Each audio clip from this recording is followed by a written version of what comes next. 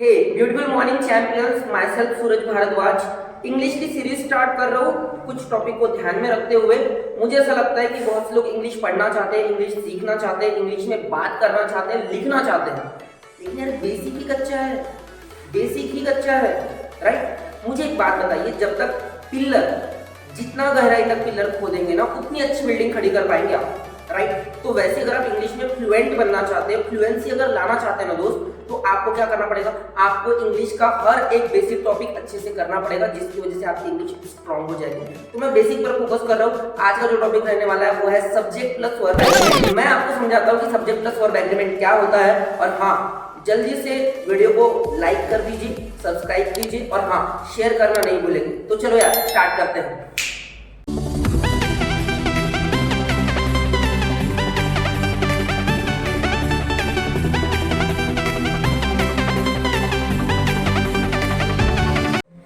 तो चलो यार स्टार्ट करते हैं आज का टॉपिक, लेट नहीं करना है। चलो ध्यान दो। सबसे पहले सब्जेक्ट क्या होता है अंडरस्टैंड करो।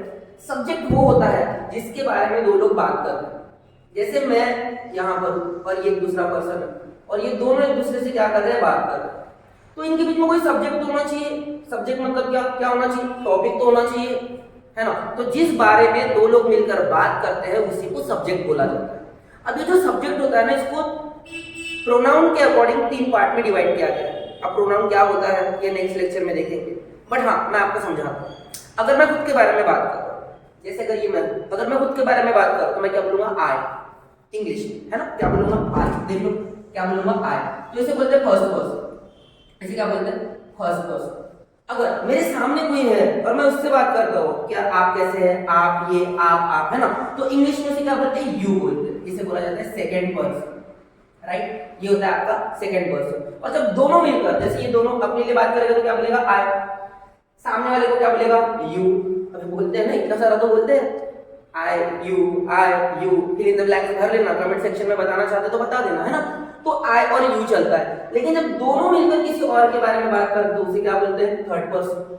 उसे थर्ड पर्सन बोलते हैं। अब थर्ड पर्सन में क्या आ सकता है, थर्ड पर्सन में जल्दी अंडरस्टैंड करें। थर्ड पर्सन में एक तो कोई मेल आ सकता है।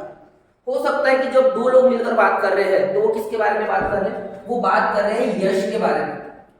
तो यश हमारा थर्ड पर्सन है और उसको हम कैसे डिनोट करेंगे, प्रोनाउन में ही से। जैसे आई, सामने वाला मेरे लिए यू। लेकिन अगर हम दोनों मिलकर किसके बारे में बात कर रहे हैं, मेल। मेल कौन है यहाँ पर, यश। तो उसके लिए मैं क्या यूज करूंगा, ही यूज करूंगा, राइट। अब समझ कर चलिए कि हम दोनों मिलकर किसके बारे में बात कर रहे हैं, फीमेल। कौन है यहाँ पर, खुशी। खुशी कौन है दोस्त, फीमेल। तो उसके लिए मैं क्या यूज करूंगा, शी, है ना। तो फीमेल के लिए क्या है, फीमेल, और फीमेल के लिए क्या आने वाला है, शी, राइट। उसके बाद अगर कोई एनिमल है या नॉन लिविंग, इन चार कैटेगरी में ही बात होगी, हमेशा ध्यान रखना। एक तो दो लोग मिलकर किसी मेल के बारे में बात करते हैं या फिर फीमेल के बारे में बात करते हैं। मेल मतलब पुरुष, फीमेल मतलब स्त्री, है ना, लड़की। या फिर एनिमल के बारे में बात करेंगे, किसी जानवर के बारे में बात करेंगे, या फिर नॉन लिविंग के बारे में बात करेंगे। तो अगर नॉन लिविंग या एनिमल के बारे में बात की तो हमें क्या यूज करना पड़ता है, ईट। जैसे अगर मैंने टाइगर बोला तो टाइगर के लिए क्या आएगा, ईट। अगर मैंने शर्ट बोला तो शर्ट के लिए क्या आएगा, ईट, राइट। तो हम अगर बात करते हैं, हम जिसके बारे में भी बात करते हैं उसे बोला जाता है सब्जेक्ट। और वो होता है फर्स्ट पर्सन, सेकंड पर्सन और third person. First person I, second person you. Third person में मेल के लिए, जैसे यश के लिए क्या है, ही। फीमेल के लिए क्या, शी। जैसे किसके लिए, खुशी के लिए। नॉन लिविंग और एनिमल के लिए क्या आने वाला है, ईट। अब अगर इसमें प्लूरल आ गया, प्लूरल जैसे मतलब मैं नहीं, मेरे साथ और भी लोग हैं, तो जैसे हिंदी में लिख देता हूँ हम, तो हम बोलने के लिए क्या यूज करता हूँ, वी। जैसे हम दो दोस्त, वी फ्रेंड्स, राइट। हम चार लोग, तो वी फोर पीपल। तो क्या यूज कर रहा हूँ मैं, वी यूज कर रहा हूँ हम के लिए। और जब प्लूरल में एक से ज्यादा होते हैं तो उसके लिए हम क्या यूज करते हैं, दे। इंग्लिश में, सॉरी हिंदी में इसके लिए हम क्या यूज करेंगे, वे। जैसे वे लोग तो दे। जैसे अगर ये सिंगुलर है तो सिंगुलर के लिए मैं क्या यूज कर रहा हूँ, ईट, राइट। देखो अभी बोला मैंने, नॉन लिविंग के लिए क्या आता है, ईट। तो ये नॉन लिविंग है तो नॉन लिविंग के लिए क्या आने वाला है, ईट आने वाला है, राइट। लेकिन अगर ये एक से ज्यादा है तो ये सिंगुलर नहीं है। अब ये कैसे हो गया, प्लूरल। तो प्लूरल के लिए क्या आता है, दे। तो ये टॉपिक मैं डिटेल में आपको नेक्स्ट लेक्चर में समझाता हूँ, ठीक। लेकिन आज हम क्या पढ़ रहे हैं, जब आप I, you, he, she, it, we, they use करते हो, है ना, और उसके सामने जो वर्ब आता है आप उस वर्ब को यूज करते हो, राइट। तो किसके सामने क्या आता है, कौन से सब्जेक्ट के सामने कौन सा वर्ब आता है, इसी टॉपिक को बोला जाता है सब्जेक्ट प्लस वर्ब एग्रीमेंट या फिर सब्जेक्ट एंड वर्ब एग्रीमेंट। मतलब एग्रीमेंट को हम कैसे लेकर चलेंगे, एग्री, कौन सा वर्ब कौन से सब्जेक्ट के सामने आने वाला है, एग्री करता है आने के लिए, है ना, सीधा सीधा। अब यहां पर अंडरस्टैंड करना, एमिजर, वाज वर और विल बी शैल बी, ये एक ही फैमिली के हैं, है ना, किसकी फैमिली के, बी के फैमिली के हैं। इसको बी के फॉर्म बोला जाता है, डिटेल में बात करेंगे, अब इसके बारे में आज डिस्कस नहीं करने वाले, राइट। और इसी बी के फैमिली में देख लो, प्रेजेंट बताने के लिए क्या आता है, प्रेजेंट बताने के लिए आता है एमिजर, प्रेजेंट बताता है, ठीक है। पास्ट बताने के लिए क्या आता है, वाज वर, ये पास्ट बताता है, ठीक है। और फ्यूचर बताने के लिए क्या आता है, will be and shall be. तो बी के तीन form, am is are, was were, will be and shall be. देख लो, am is are, was were, will be and shall be. लेकिन किसके सामने क्या आएगा, और हाँ ये एक ही फैमिली के, यहां तक विल बी शैल बी, ये एक ही फैमिली के हैं, इतना, इसे किसी और के साथ कभी एक्सचेंज नहीं कर सकते आप। मतलब अगर एमिजर का पास्ट अगर देखोगे तो क्या आएगा, वाज वर ही आएगा, और अगर इसका फ्यूचर बनाना चाहते हो तो सिर्फ क्या आएगा, विल बी और शैल बी ही आएगा। आपको बिल्कुल भी डू डज डिड में नहीं जाना है, डू के फॉर्म में नहीं जाना है, या फिर आपको हैव के फॉर्म में भी नहीं जाना है, राइट। तो देख लो, अभी हम सिर्फ क्या देख रहे हैं कि किसके सामने क्या आएगा। जैसे प्रेजेंट में क्या होता है, एमिजर, तो आई के सामने एम, यू के सामने आर। फिर जब ही शी इट अगर होता है तो उसके सामने क्या आता है, इज। आपको लग रहा होगा ना मैं क्या पढ़ा रहा हूँ, बहुत से लोगों को नहीं आता है। ग्रेजुएशन लेवल पर जब मैं डिस्कशन करता हूँ तो उनको ये नहीं पता होता कि आई के सामने क्या आता है, लिटरली नहीं पता होता है ना। ये टेबल आ जाना चाहिए, आपको उसको याद करना चाहिए, डेली इसकी प्रैक्टिस करनी चाहिए। स्क्रीनशॉट सेंड कर दूंगा मैं सीधा सीधा, है ना, शेयर कर दूंगा आपको। तो आई के सामने एम, यू के सामने आर, ही के सामने is, she is, it is. अब वी के सामने क्या यूज करेंगे, आर, और दे के सामने क्या यूज करेंगे, आर। हमेशा प्रैक्टिस करनी पड़ेगी, सिर्फ बोलने से नहीं होगा, है ना। वैसे अगर कुछ सिंगुलर आ गया, सिंगुलर मतलब marker, is, tiger is, fan is, है ना।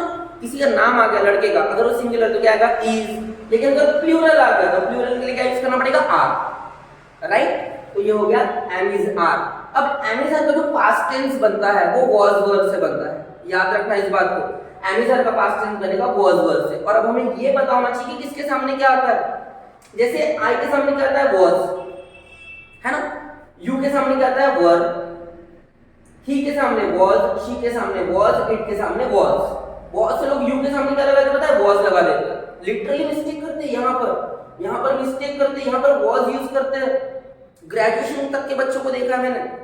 यार जब आपका बेसिक इस लेवल पर है तो आप कॉम्पिटिटिव कैसे क्या सॉल्व कर पाएंगे, बैंकिंग के एग्जाम सॉल्व कैसे कर पाएंगे। सब्जेक्ट प्लस वर्ब एग्रीमेंट का टेबल आपको आना ही चाहिए, कुछ भी हो जाए, राइट। तो हाँ, यू के सामने were, he was, she was, it was. We के सामने क्या आएगा, वर आएगा हमेशा। वी के सामने क्या आएगा, वर, और दे के सामने भी वर। अब देखो, सिंगुलर के सामने वाज, जैसे fan was, man was, my friend was, singular के सामने वाज, और प्लूरल के सामने हमेशा वर। तो ये हो गया वाज और वर, राइट। अब देखो next, will be and shall B, ये ना याद रखने वाली बात, ठीक है। देखो, आई के सामने शैल बी आता है और वी के सामने शैल बी आता है, बाकी सबके सामने विल बी आता है ना। आई के सामने क्या आता है, शैल, आई शैल, है ना। लेकिन you will, he will, she will, तो सबके सामने क्या आने वाला है, विल। लेकिन सिर्फ और सिर्फ दो, एक तो क्या, आई, देखो एक तो क्या आई और दूसरा क्या, विल। दोनों के सामने हमेशा क्या यूज करेंगे, शैल। बड़ा इसमें भी कुछ एक्सेप्शंस है, एक्सेप्शंस हमेशा ध्यान में रखने पड़ते हैं, ठीक। तो चलो यहां तक आपको अंडरस्टैंड हो गया होगा। ये किसकी फैमिली थी, बी की। प्रेजेंट में एमिजर, पास्ट में वाज वर, फ्यूचर में will be and shall be. तो ये इसमें ही खेलना है आपको, दूसरे इसमें मत जाना, है ना। अब ये जो दूसरी फैमिली है वो किसकी फैमिली है, डू की। डू की फैमिली में क्या आता है, do does, did, will do and shall do. Do does क्या बताता है, प्रेजेंट, डिड क्या बताता है, पास्ट, और फ्यूचर बताने के लिए क्या आएगा, will do and shall do. वैसे विल डू और शैल डू को प्राइमरी ऑक्सिलरी माना नहीं जाता है, बट मैंने लिख दिया था कि आपको मतलब थोड़ा सा याद रहे। तो देखो, डू के लिए प्रेजेंट में डू डज, पास्ट में डिड, और फ्यूचर में will do and shall do. तो अब देखो किसके सामने डू यूज करना है और किसके सामने डिड यूज करना है, राइट। आई के सामने डू आएगा, यू के सामने भी क्या आएगा, डू। लेकिन जब बात आती है ही, शी और इट की, देखो ही, शी और इट, तो तीनों के लिए क्या आने वाला है? Does. He does, she does या इट डज। फिर प्लूरल के लिए डू आया, जैसे वी के लिए भी क्या आया? डू, और दे के लिए भी क्या आया? Do, right. चलो अब सिंगुलर के लिए देख लो, डज, जैसे यश डज, खुशी डज, टाइगर डज, तो सिंगुलर के लिए डज। लेकिन अगर प्लूरल आ गया तो प्लूरल के सामने डू, जैसे माय फ्रेंड्स डू, राइट। चलो होप आपको समझ में आ रहा है। देखो देन फिर से अब पास्ट में इसका डू डज का पास्ट हमेशा क्या बनने वाला है? डिड। याद रखना, डू डज का पास्ट हमेशा क्या लिखना है? डिड। अब जब आप डिड लिखेंगे तो छोड़ो यार, ये सबसे इजी बात है कि सबके लिए डिड आता है। I did, you did, he did, she did, सबके लिए डिड आता है। बट हाँ ध्यान रखना ये पास्ट है ना, ये क्या बताता है? पास्ट। देखो पास्ट बताता है, ठीक है। अब फ्यूचर में फिर से आप विल डू और शैल, वही वाला रूल है। कौन सा? आई के सामने हमेशा शैल डू आएगा, है ना। शैल भी था यहाँ पर, तो वैसे ही शैल डू कहां पर आएगा? आई के सामने। और वी के सामने भी क्या आने वाला है? Shall do. बाकी सब के सामने क्या आने वाला है? Will do. वैसे विल डू बहुत रेयर यूज होता है, उसके बारे में हम बाद में डिस्कस करेंगे। तो आई के सामने शैल डू, वी के सामने शैल डू, बाकी सब के सामने क्या आने वाला है? Will do. सिंगुलर रहे प्लूरल रहे कोई फर्क नहीं पड़ता। You will do, he will do, she will do, but हाँ शैल डू आई के सामने और वी के सामने शैल डू। चलो तो ये किसकी फैमिली थी? डू की। अब डू की फैमिली को हैव की फैमिली के साथ मिक्स नहीं करना है। वीडियो पता नहीं कितनी मिनट की बन रही है, राइट? 10 मिनट तक की बन गई है शायद से, है ना। चलो देखते हैं लास्ट में क्या आता है? हैव की फैमिली आती है। देखो हैव की फैमिली, हैव की फैमिली क्या बताती है? पोजीशन। बट अभी हम पोजीशन क्या है, इंफॉर्मेशन क्या है, इसके बारे में डिस्कस नहीं कर रहे हैं। हम बस ये डिस्कस करें कि यार किसके सामने क्या यूज करना है, बस इसके तरफ ध्यान देना है हमें, है ना। तो हैव क्या बताता है? पोजीशन। और इसके लिए भी प्रेजेंट में क्या आता है? हैव और हैव दोनों आते हैं।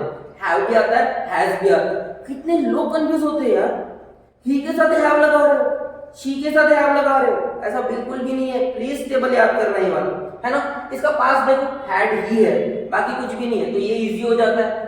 और लास्ट में तो will have and shall have, तो उसका रूल अभी आप देख रहे हो कि आई के सामने हमेशा क्या आता है? शैल, और वी के सामने हमेशा क्या आता है? शैल, बाकी सबके सामने तो विल ही आता है। चलो देखो सबसे पहले प्रेजेंट की बात करते हैं, हैव हैज की। तो आई के सामने हैव आएगा, देख लो यहाँ आई के सामने क्या आएगा? हैव। देन यू के सामने भी क्या आएगा? हैव। लेकिन अब जब बात आती है थर्ड पर्सन की, कौन सा? ही, शी और इट, इन तीनों के सामने क्या लिखना है? Has. He has, she has, it has, right. अब प्लूरल के लिए भी हमेशा हैव आएगा, जैसे वी हैव। देखो वी के सामने क्या आने वाला है? वी के सामने आएगा हैव, और दे के सामने भी हमेशा क्या लिखना है? हैव ही लिखना है, राइट। लेकिन हाँ अब अगर कोई सिंगुलर नाम आ गया, सिंगुलर के सामने क्या आएगा? हैज, जैसे यश हैज, खुशी has, tiger has, right. Shirt has, जैसे मुझे बताना कि शर्ट की इतनी बटन्स होती है, तो बोला शर्ट हैज 5 बटन्स। तो सिंपल, सिंगुलर के सामने क्या आएगा? हैज। लेकिन अगर वही चीज प्लूरल है, माय फ्रेंड्स, फ्रेंड्स कैसा हो गया? प्लूरल, एस लगाया मैंने क्या बोला? फ्रेंड्स बोला। चलो यहां लिख देता हूं, मैंने क्या बोला? Friends.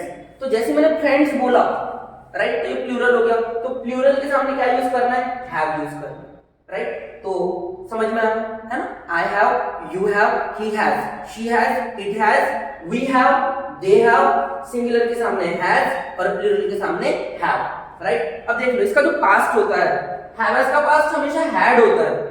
Do does did was वर की तरफ जाने की नीड नहीं है, सबकी अपनी अपनी फैमिली है, वो अपनी फैमिली में ही रहेंगे, राइट। तो देखो सिंपली हैव का पास्ट क्या होता है? हैड, पास्ट टेंस, हैड करना है आपको। तो यार सबके लिए हैड आता है, I had, you had, he had. तो अगर हैड आ गया ना, और अगर पास्ट प्रेजेंट कुछ भी नहीं करना है, तो हैड को हैड ही रहने देना।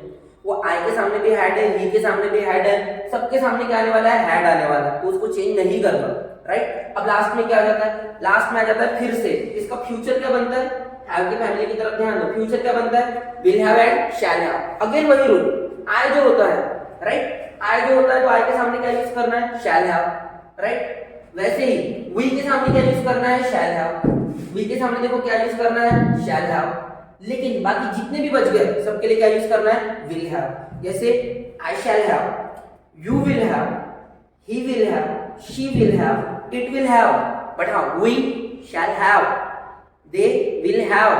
तो सिर्फ और सिर्फ आई और वी के सामने शैल आता है, बाकी किसी के सामने भी शैल नहीं आता। हाँ बहुत सारे ऐसे एक्सेप्शंस भी होते हैं, है ना, एम्फेसिस करते टाइम रूल उल्टे पड़ जाते हैं, तो यार उसके बारे में बात जो है ना वो बाद में करेंगे। अभी हम बस ये देख रहे हैं कि आपको ये बेसिक बात आ जाए, है ना। मैंने अभी आपको बताया, बहुत से लोगों को पता ही नहीं ही के सामने हैज आता है, he have, she have, it have use करते हैं, तो प्लीज इस बात का ध्यान रखेंगे।